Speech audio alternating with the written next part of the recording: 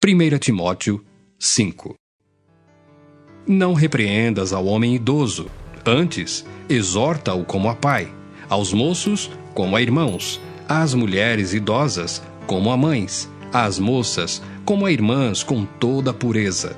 Honra as viúvas verdadeiramente viúvas, mas se alguma viúva tem filhos ou netos, que estes aprendam primeiro a exercer piedade para com a própria casa e a recompensar a seus progenitores, pois isto é aceitável diante de Deus. Aquela, porém, que é verdadeiramente viúva e não tem amparo, espera em Deus e persevera em súplicas e orações noite e dia. Entretanto, a que se entrega aos prazeres, mesmo viva, está morta.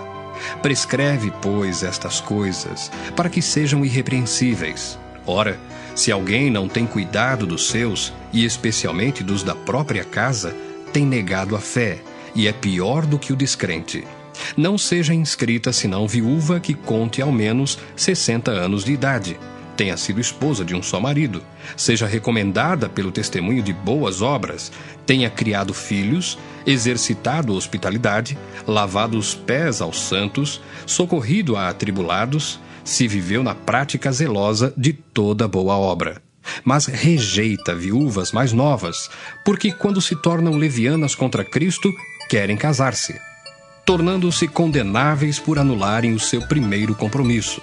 Além do mais, aprendem também a viver ociosas, andando de casa em casa, e não somente ociosas, mas ainda tagarelas e intrigantes, falando o que não devem.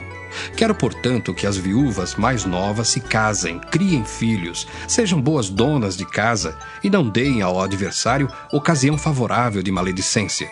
Pois, com efeito, já algumas se desviaram seguindo a Satanás.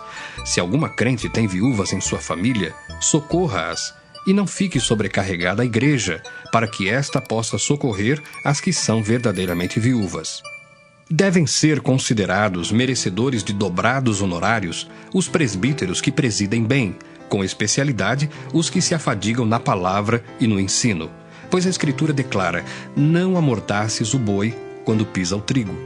E ainda, o trabalhador é digno do seu salário. Não aceites denúncia contra presbítero, senão exclusivamente sob o depoimento de 2 ou 3 testemunhas.